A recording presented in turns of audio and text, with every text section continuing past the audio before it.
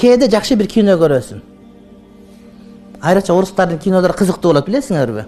Күйөө сарак ичип кетип калат, анан аял деген тарынып кетип калат, анан барса бир мындай бир жакшынакай бизнесмен ишке кирип калат, анын баласы тарбиялап экөө сүйүп калат, анан кино бактылуу болот, 3 саат убактын кеткен болот. Киносунун бардыгы сөз ойноштук бар, ушундай эмеспи?